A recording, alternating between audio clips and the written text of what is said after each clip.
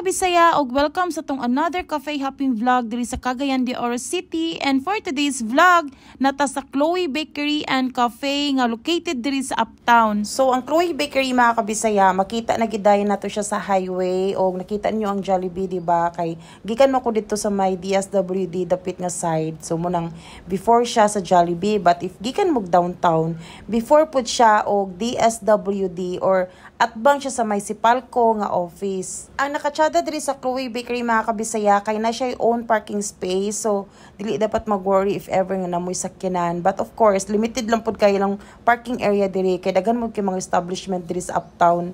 Og muna ni ang Chloe Bakery mga Kabisaya, tsada gid kay siya tan-awon, no.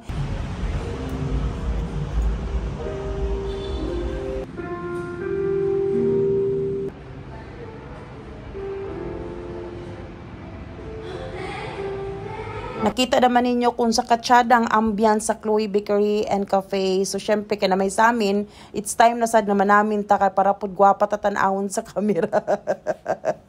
Anyway, guys, first time na ako nakasulod din sa Chloe Bakery ug bag-o lang sad ko nakaibalo nga cafe man dining dapita. Abigin na ako ni siya spa or mga massage area or boutique kanang mga sarina ba. So, kuan man din tingala ko, dagan mga estudyante din na. So, pagbasa na ko, guys. Bakery and cafe man di ay mo nang wala na gid ko nagpadugay-dugay mga Kabisaya. Gi-check po din ako ilang comfort room mga Kabisaya. O grabe, the best 12 out of 10 akong review gid silang CR, no, kay mura gid siya dili cafe ang yang ambience dili, lalo na sa ilang CR.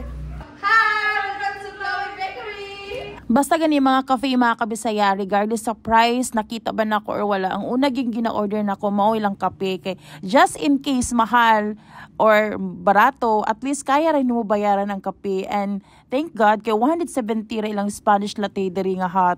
Sa dessert na ako ma-recommend ma'am is si Cassius Anserval, ma'am. Cassius Anserval ma'am is our one bestseller po, diba? Dito siya ma-recommend kay Tisted. Best siya nga pair sa kape, no? Sige, na lang ko isa. Itong mga mahilig sa carrot cake.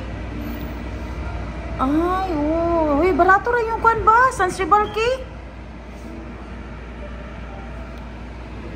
Tsada kay ambience ang Chloe Bakery mga Kabisaya. Tapos, dili siya typical nga cafe bitaw nga more on black, brown, o gray. But dili sa bakery cafe, more on patwitams, girly-girly, kay murag pink kay ang imong palibot, diba? So, kuhan ka na kay peace of mind, kay bugnaw kasi mong pananaw, then pwede rin ka magtambay din, diba?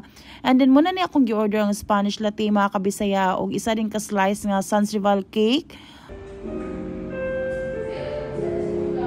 Og mo na akong gi-order mga Kabisaya, 1 Spanish latte for only 170 and 1 Sanseval cake for only 140.